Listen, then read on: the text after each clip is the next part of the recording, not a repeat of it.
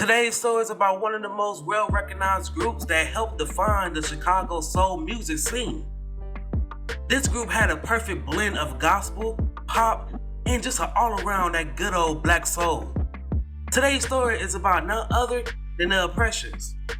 Before we get started in today's video, please be sure to leave a like on the video, subscribe to the channel, and push that notification bell to stay up to date. Now without further ado, let's cue that intro.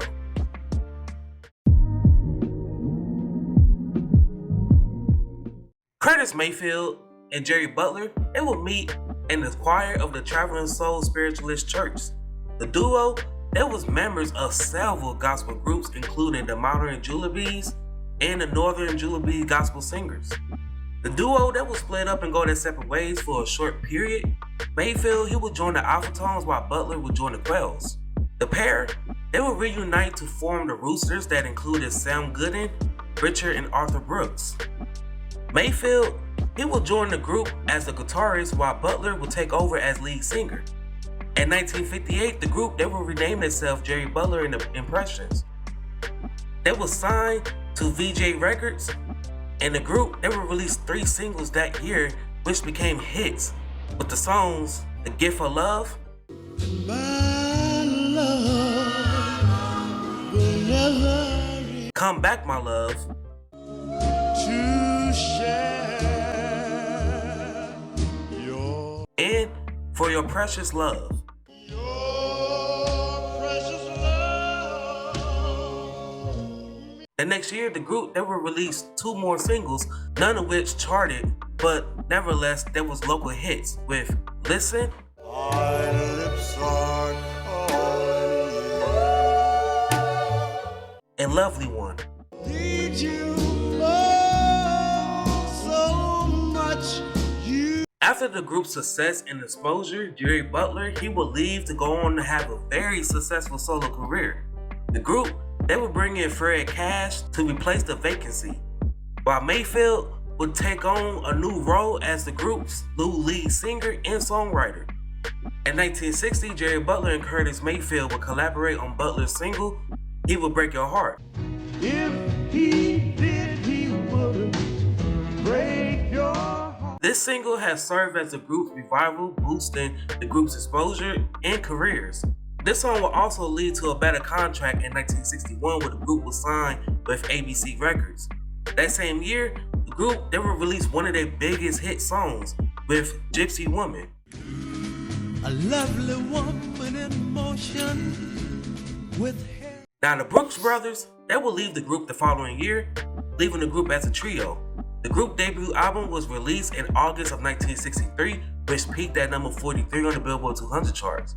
This album also produced 6 hit singles with Grow Closer, Deep within my heart kept telling me Little Young Lover, you're gonna drive me out of my mind. It's Alright, It's alright, have a good time. I'm the One Who Loves, Another fellow has gone and left you. I see you. and lastly, Sad Sad Girl and Boy.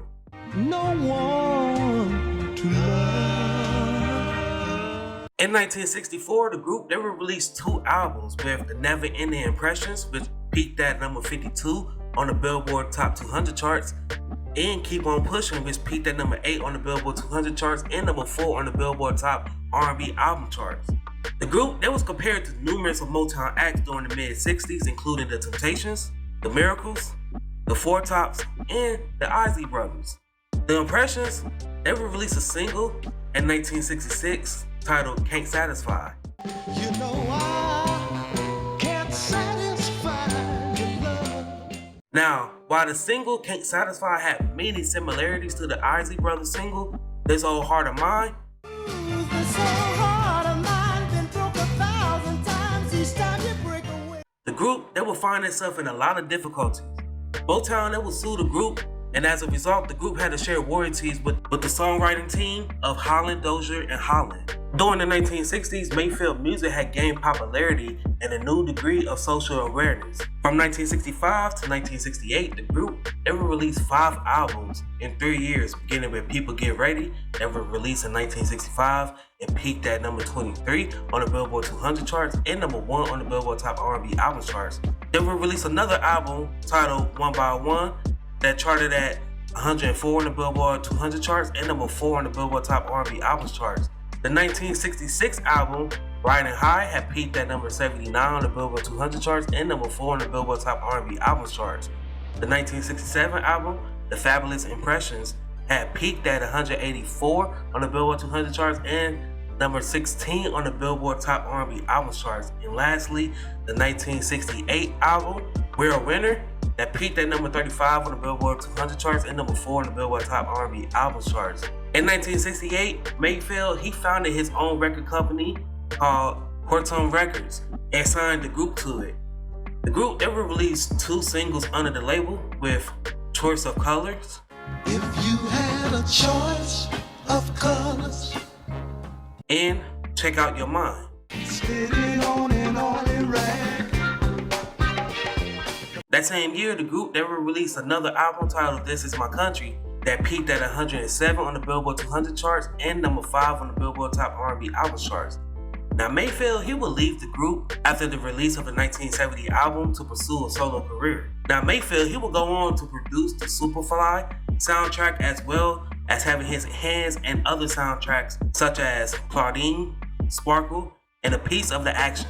After leaving, Mayfield, he was still write and produce for the group. Leroy Huston, he will join the group as a new lead singer. Now under Huston, the group never released 2 albums with Times Has Changed that was released in 1972 and peaked at 192 on the Billboard 200 charts, and Preacher Man that was released in 1973 and peaked at 204 on the Billboard 200 charts, also peaking at number 31 on the Billboard Top R&B Albums charts.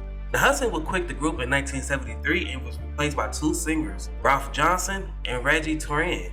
From 1974 to 1975, the group, they had 3 R&B singles with Finally Got Myself Together, Just who I am. I'm ashamed. Same Thing It Took, Hey baby, get your baby hooks, gonna take the same. and Sooner or Later. Sooner or later.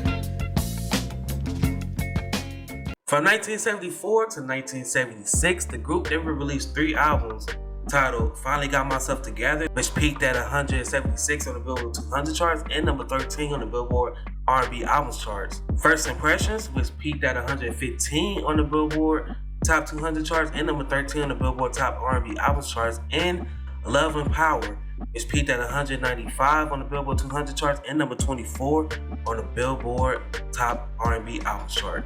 The group, they decided to part ways with Mayfield and his label and signed with another label in 1976.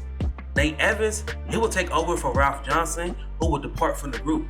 Evans, he would leave the group in 1979 and return briefly for the 1981 album Fan the Fire. Reggie, he would leave the group in 1983, and Johnson, he would rejoin the group later that year. Johnson would quit the group again in 2001, and Willie Kitchens, he would replace him in 2003. Now Johnson, he would depart from the group again in 2003, and Reggie will rejoin that year. The Impressions' original lineup was inducted into the Rock and Roll Hall of Fame in 1991, and a group that was also inducted into the Vocal Group Hall of Fame in 2003. The group, they announced their retirement in 2018, and the Impressions, just like the Blue Notes, witnessed a lot of several deaths, starting with Curtis Mayfield, who would pass from diabetes on December 26, 1999 at the age of 57. Arthur Brooks, who would pass away on November 22, 2015 at the age of 82. Reggie Turan, who would pass away from a heart attack on May 4th, 2016.